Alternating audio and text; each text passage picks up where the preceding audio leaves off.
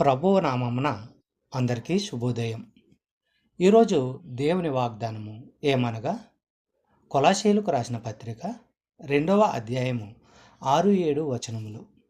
కావున మీరు ప్రభువైన క్రీస్తు యేసును అంగీకరించిన విధముగా ఆయన యందు వేరుపారిన వారై ఇంటి వలె కట్టబడుచు, మీరు నేర్చుకొనిన ప్రకారముగా విశ్వాసమందు స్థిరపరచబడుచు, కృతజ్ఞతాస్థుతులు చెల్లించుటయందు విస్తరించుచు ఆయన యందుండి నడుచుకొనిడి. సహోదరి సహోదరులరా, లవోదికయలో విశ్వాసులు ప్రజలు యేసుక్రీస్తును గురించిన వాస్తవాలను వారు తెలుసుకొన్నారు. ఏదో ఒక నిగూఢ తత్వం గురించో లేదా ఊహల్లో కల్పనల్లోని క్రీస్తుని గురించో కాదు వారికి తెలిసినది.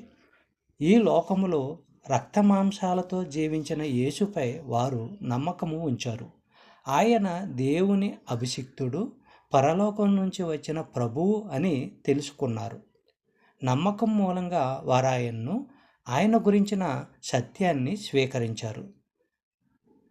ఇక్కడ మనము రక్షకుని అంగీకరించడం, ఆ రక్షకుడే యేసుక్రీస్తు అని మనము అంగీకరించాలి.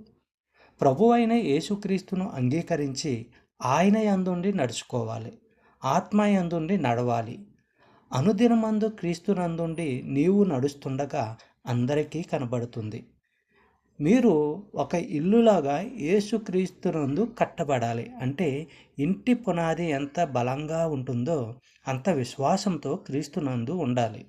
స్థిరమైన విశ్వాసము మనకు ఎంతైనా అవసరము. విశ్వాసము బలహీనమైతే మనము క్రీస్తుకు దూరమైపోతాము. చెప్పబడిన వాగ్దానము దేవుడు దీవించి ఆశీర్వదించును గాక. ఆమేన్.